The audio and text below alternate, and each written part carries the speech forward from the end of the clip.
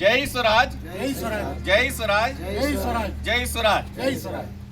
ఈరోజు గట్కేశ్వర్ మండలంలోని నారాపల్లిలో జేఎస్టీసీ రాష్ట్ర అధ్యక్షులు గోల్కొండ రత్నం గారి ఆదేశాల మేరకు జేఎస్టీసీ నాయకులు గ్యారా వెంకటేశ్వర గారి ఆధ్వర్యంలో నారాపల్లిలో జేఎస్టీసీ జెండా పండుగని చాలా ఘనంగా నిర్వహించుకోవడం జరిగింది.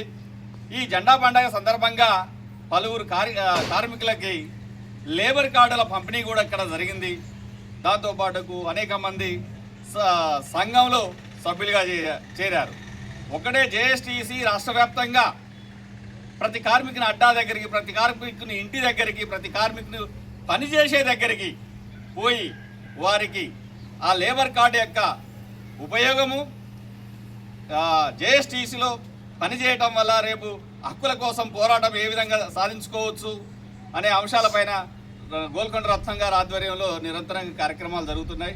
ఉదాహరణకు ఒక మాట చెప్పాలంటే, ప్రమాదంలో చనిపోయినా లేకపోతే చనిపోయినటువంటి లేబర్ కార్డు ఉన్నటువంటి కార్మికుడికి 10 లక్షలు కావాలనే డిమాండ్తో జై స్వరాజ్ పార్టీ, అదేవిధంగా జేఎస్టీసీ అనేక దఫాలుగా లేబర్ కమిషన్ని కలిసి వినతి పత్రాలు ఇవ్వటమే కాక పలు విధాలుగా పోరాటాలు చేసిన సందర్భంగా ఆ డిమాండ్ నెరవేరింది.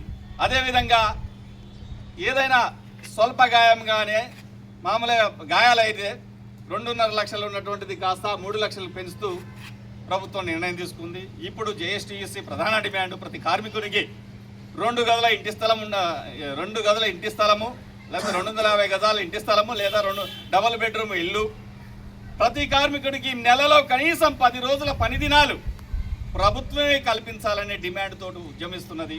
కాబట్టి కార్మికులకి జై స్వరాజ్ ట్రేడ్ యూనియన్ కౌన్సిల్ పిలిపిస్తున్నది ఏంటంటే, సంఘటితంగా అండి, పోరాడండి, హక్కులు సాధించుకోండి, సౌఖ్యంగా జీవిద్దాం. జై స్వరాజ్.